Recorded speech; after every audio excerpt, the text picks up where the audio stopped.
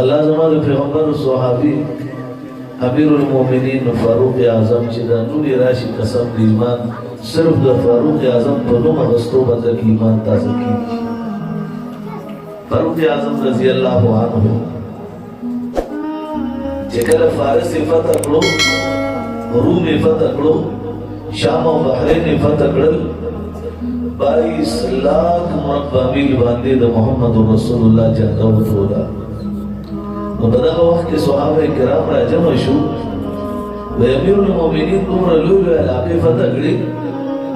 او د فارس بادشاهان هم د در ترازی، د شام بادشاهان هم د در ترازی، د روم بادشاهان او د هغوی وزیران او لوی لوی عمرا چې د روم او د فارس د عمراو چې کومه کرسۍ کې به ناستو نو هغه کرسۍ به ټوله د سرو زرو وه. او بیا د هغوی یو رواج و، د فارس رواج هم دا و، ځکه چې امام الانبیا صلی الله علیه وسلم سراقه بن مالک مدلجي ته یو ارشاد هم فرمایلی و، سفن به کوي چې د کسرا بنګړي ستا په لاس کې وي. هغه وخت د بادشاهانو دا یو رواج و چې هغوی به لاس ورته د سرو زرو بنګړي یې جوړي و غټ غټ. اوس بعضې هلکان چې د جنکو پیشن کوي نو داسې یو بنګړی غوندې واچي، تور بنګړی یې چې هلکان چې زه پکې ښکاره شم چې زه په بل ګروپ کې یم، دې دپاره یې چې لیکن د هغه وخت کې د فارس او د روم بادشاهان چې وو دو به غټ غټ بنګړي یې چولي وو. حضرت فاروق اعظم رضی الله عنه چې کله فارس، شام، مصر دا ټولې علاقې تر بیت المقدسه پورې فتوحات وکړل. پاکستان په حکم 3 لکه مربع میله دی او فاروق اعظم رضی الله عنه 22 लाख مربع میل ته چې حکومت ورسولو داسې روان دی. نو صحابه کرام ګوري کومه شیرواني چې چولې ده په هغې کې د څرمنې 12 پیوندونه لیکلي دي، 12 پیوندونه د څرمنو لګېدلي دي. دغه صحابه راجمع شو چې دته امیر المؤمنین ته ویل غواړي چې زه نور څه خو به کېږي، هر څه دې د سادګۍ شروع کړي دي، لیکن دا شیرواني خو کم از کم روغه واچوه، کم از کم نرمه شیرواني واچوه چې دا غټ خلک راځي چې ستا روغ پکې موجود دي. اوس ټول راجمع شو، امیر المؤمنین عمر غوندې انسان ته چې خاتم الانبیا صلی الله علیه وسلم عمر ته وایي ته چې په کومه لاره باندې روان یې ستا دومره روغ دی چې شیطان هغه لار پرېږدي تښتي هلته. اوس دا ټول راجمع دي، فاروق اعظم ته دا خبره څوک کوي؟ وی په کائنات کې 2 کسان دي چې دا فاروق اعظم ته دا خبره کولی شي. وی هغه 2 څوک دي؟ وی یو د فاروق اعظم لور ده حضرت حفصه او یو علي المرتضی دی. د هغې قدر ځکه کوي چې هغه د جناب محمد رسول الله بیبي ده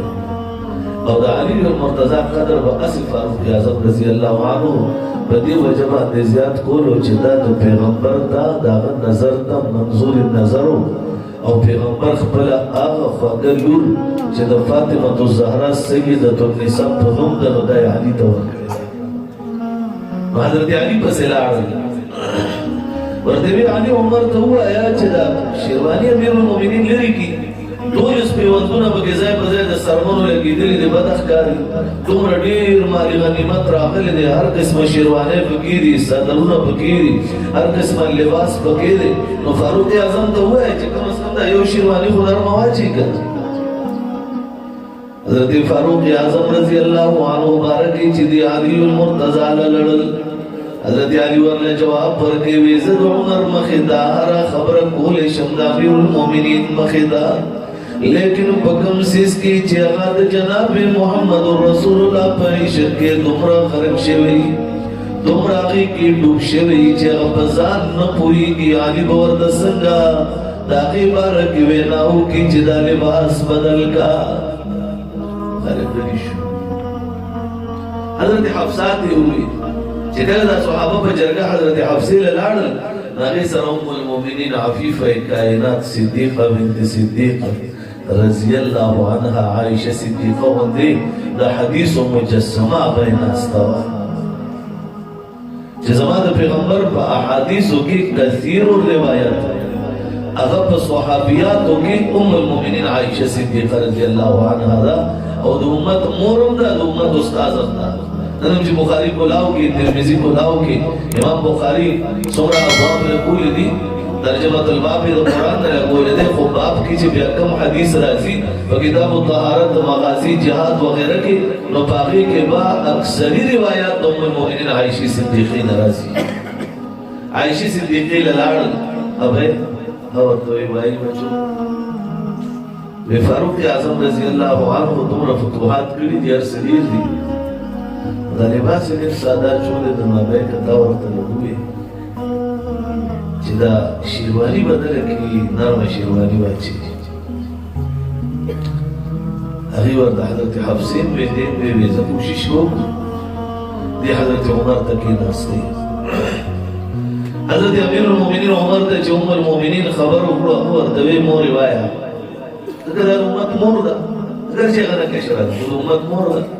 ده مور روایت ودا د تبل وانه چې فتوحات ډیر شي وي هر څه ډیر دي فراوانی ده صرف یو چوغه ده چوغه بدله کبدي کې پیوندونه دي د لولو خلک راځي ملاقات کیږي نو چوغه له برابر واچوا حضرت امیر المؤمنین فاروق اعظم دسترګونه خو کې روان شوي حضرت حفصه دوی حفصه ما تدویا ام المؤمنین دمرتوی چې د جناب محمد رسول الله صلی الله علیه وسلم بخبل زندګۍ کې چرته خپل خوراک مسلسل 3 ورځې کړه دې کنه دې کړه جناب محمد رسول الله بخبل ژوند کې دغه نمو روټه د وړو روټه 3 ورځې مسلسل خورلې دا کنه دا خورلې جناب محمد رسول الله صلی الله علیه وسلم ان غریبا پنځ ورځې بعد پیغمبر کور کې ان غری کې اور نه بل شوه او حفصه ترا تداویا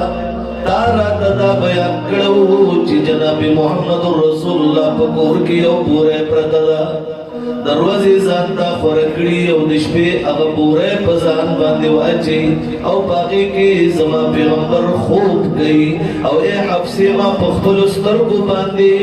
د جناب محمد رسول الله په بدن باندې دا پوره نشانات لیدلې دي حفصه دین بعد وایا چې تسویل غواړي حضرت ام المؤمنین حفصه د سترګو د مخ کې روانې شوې ام المؤمنین عفیفه کائنات دسترګو د مخ کې روانې شوې ورته امیر المؤمنین قوم ټول راجم شو زکه موږ داسې وکړل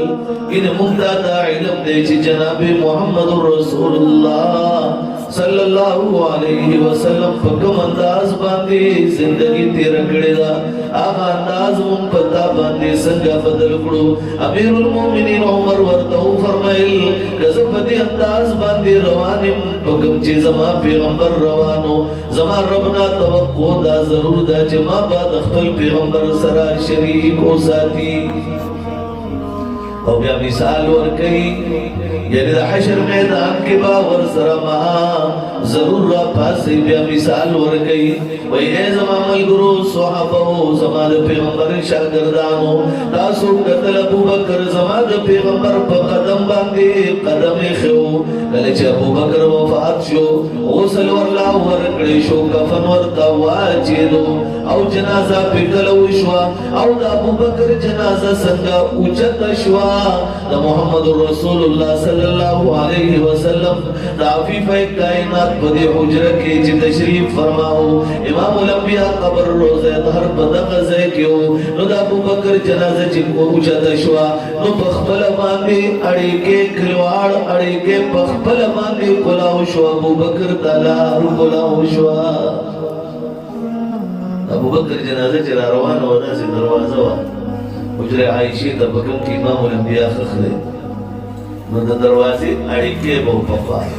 لکه اړیکې په داسې بچیدل هغه اړیکې په خپل داسې پر شو دروازه کولاو شو او د ابوبکر قبر باندې کې جوړ شو حضرت فاروق اعظم رضی اللہ عنہ ارشاد فرمائی اے خلقو نن بعد ګره څوک ما داونه وای چې ستا په شیروانه کې پیوندونه لګېدلې دي ستا په کپړو کې پیوندونه لګېدلې دي اے خلکو تاسو ته دا علم نشته چې ابوبکر یو ځل امام الانبیاء دربار نه بهر ناسه جبرئیل امین راغې د فرشتو سردار راغې د جناب محمد رسول الله دربار یې دهر دراغې امام الانبیاء چې جبرئیل ته وکتل ورته وایي جبرئیل نن دې عجیب انداز کې وینم تا خو بعد جنت کپڑے چولے وے نن تا د ټاټ کپڑے چولې دي وجه راته بیان کا حضرت جبرئیل امین ورته وایي یا رسول الله نن د آسمان عرش آسمان نواخلې د عرش نواخلې تر دې فرش پورې په کائنات کې چې څومره فرشتي دي ټولو د ټاټ لباس چولې دي حضرت امیر المومنین محمد رسول اللہ صلی اللہ علیہ وسلم ورته ارشاد فرمائی ورته وی جبرئیل د ټاټ لباس ولې چولې دي وی زکه چې دې ټولو صدیق اکبر د ټاټ په کپړو کې ولیدو نو فرشتو وی چې د صدیق اتباع کوو زکه چې دا د محمد رسول الله ته ډیر نږدې دي ورته وی خلکو آیا عمر بدا صدیق دا غنیابت با کوي او کبن کوي کوم صدیق چې د محمد رسول الله پهلو کې پروت دی سوچ بنده پوزي صحابه زندګۍ ته چې دا څنګه خلک او کنه را پاسېدل او د امت د بچو ته وکتل چې زما د پیغمبر پټکي په سر کړي دي صحابه څومره خوشحالي وکړي